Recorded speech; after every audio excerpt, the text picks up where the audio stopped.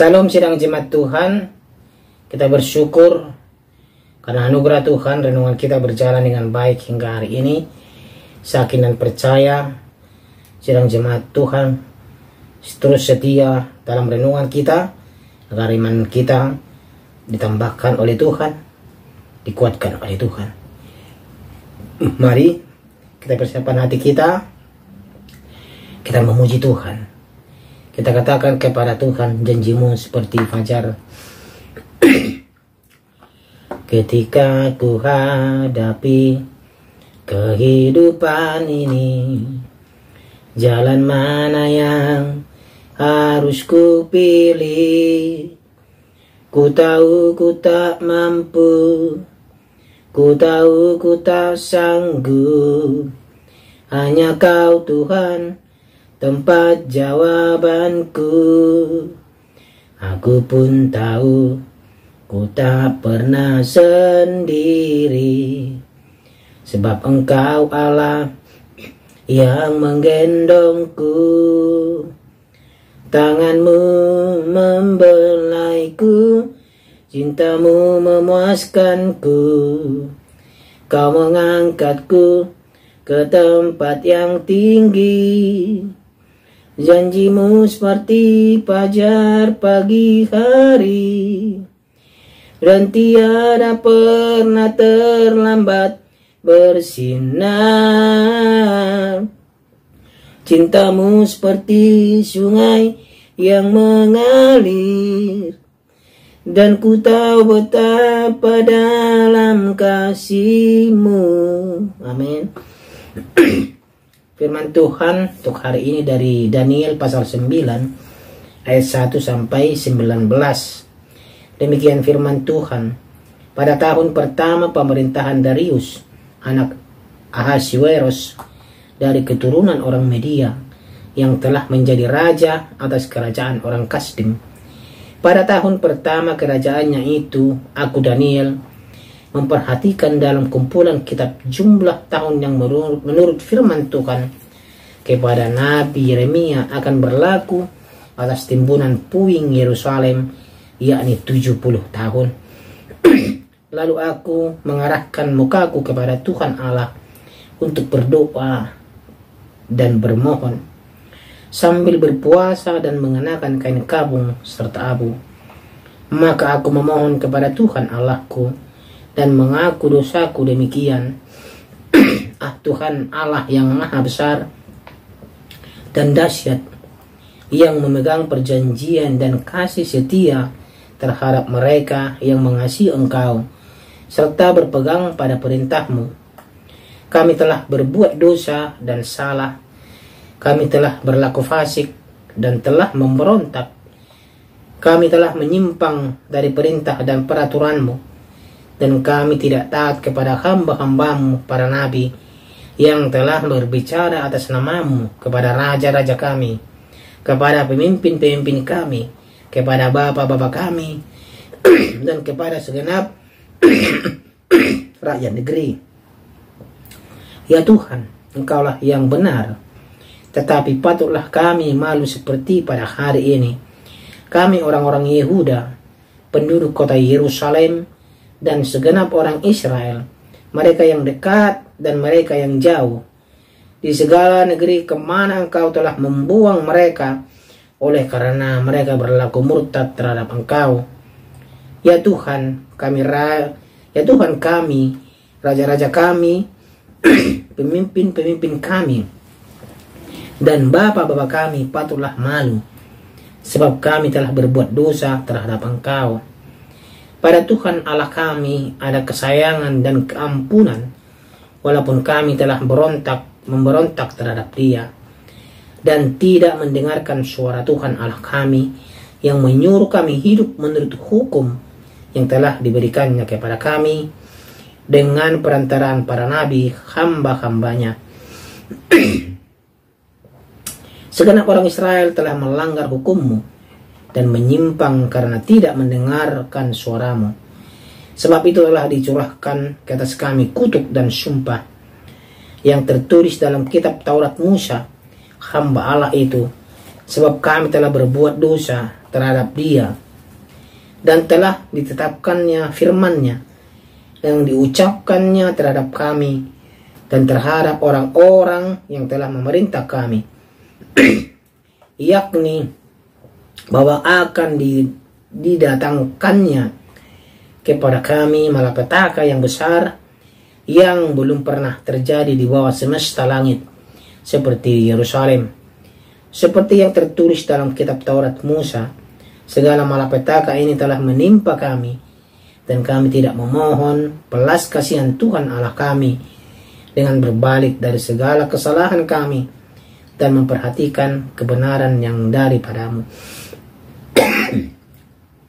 Sebab itu Tuhan bersiap dengan malapetaka itu dan mendatangkannya kepada kami, karena Tuhan Allah kami adalah adil dalam segala perbuatan yang dilakukannya, tetapi kami tidak mendengarkan suaranya. Oleh sebab itu, ya Tuhan Allah kami, yang telah membawa umat-Mu keluar dari tanah Mesir dengan tangan yang kuat dan memasyurkan nama-Mu, seperti pada hari ini kami telah berbuat dosa, kami telah berlaku fasik. Ya Tuhan, sesuai dengan belas kasihan-Mu, biarlah kiranya murka dan amarah-Mu berlaku dari Yerusalem, kota-Mu, gunung-Mu yang kudus. Sebab oleh karena dosa kami dan oleh karena kesalahan nenek moyang kami, maka Yerusalem dan umat-Mu telah menjadi celah bagi semua orang yang di sekeliling kami.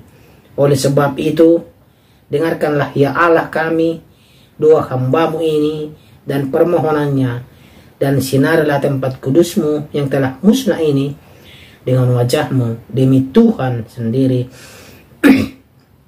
Ya Allahku, arahkanlah telinga-Mu dan dengarlah, bukalah mata-Mu dan lihatlah kebinasaan kami dan kota yang disebut dengan nama-Mu, sebab kami menyampaikan doa permohonan kami ke hadapan-Mu bukan berdasarkan jasa-jasa kami, tetapi berdasarkan kasih sayang-Mu yang berlimpah-limpah. Ya Tuhan, dengarlah. Ya Tuhan, ampunilah. Ya Tuhan, perhatikanlah dan bertindaklah dengan tidak bertangguh, oleh karena Engkau sendiri Allahku, sebab kota-Mu dan umat-Mu disebut dengan nama-Mu. Amin. Demikian pembacaan firman Tuhan. Tema kita pada hari ini adalah pengakuan dosa. Saudara yang terkasih, syarat utama untuk mendapatkan pengampunan adalah mengakui dosa-dosa kita. Pengakuan itu dilakukan dengan kesadaran dan kerelaan hati, dan bukan sekedar formalitas sehari-hari sebagai suatu kebiasaan belaka. Saudara terkasih, setelah membaca dan memperhatikan dengan seksama semua kumpulan kitab Nabi Yeremia, Daniel mengarahkan mukanya kepada Tuhan untuk berdoa dan memohon. Ia menyadari betapa besarnya kesalahan yang diperbuat oleh bangsa Israel kepada Allah. Itu sebabnya ia berpuasa dengan mengenakan kain ungu dan mengaku dosanya. Selain itu, saudara terkasih, Daniel juga mewakili bangsanya meminta pengampunan di hadapan Allah. Ia percaya Allah yang maha besar dan dahsyat adalah Allah yang memegang perjanjian terhadap mereka yang mengasihi dan berpegang pada perintahnya. Seorang terkasih, dalam dua pengakuan dosa ada kata tunggal dan jamak yang dipakai Daniel ketika ia menaikkan doa di hadapan Allah. Kata ganti yang digunakannya bukan hanya aku, tetapi juga kami.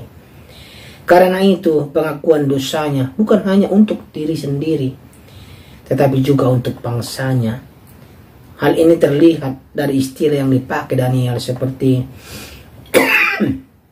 raja-raja kami, pemimpin-pemimpin kami, bapak-bapak kami, dan segenap rakyat kami. Yang terkasih, Daniel sadar bahwa sebagai bagian sebuah bangsa, ia turut andil dalam tindakan keberdosaan. Dosa yang dilakukan oleh orang-orang Yahudi adalah mengabaikan perkataan para nabi yang telah memberikan nasihat atas nama Tuhan. Mereka juga melakukan pemberontakan kepada Tuhan.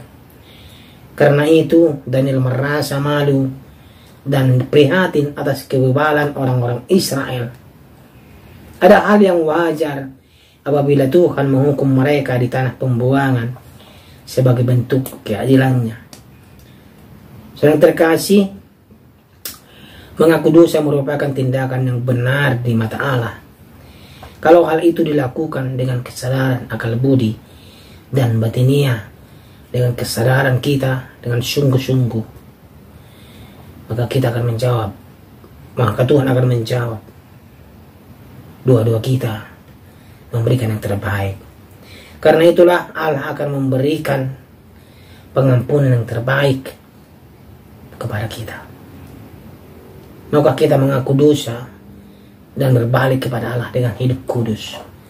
Pertanyaannya untuk kita, terkadang kesalahan yang kita lakukan, kita tidak sadar melukai hati Tuhan dan melukai sesama kita.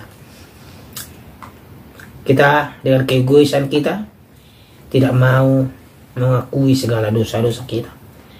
Tuhan mau mengakui segala dosa. Tuhan mau kita mengakui segala dosa-dosa kita agar pengampunan yang dari Tuhan kita akan peroleh. Yakin dan percaya, kita hari ini belajar bahwa pengakuan dosa itu sangat penting di hadapan Tuhan. Mari kita berdoa.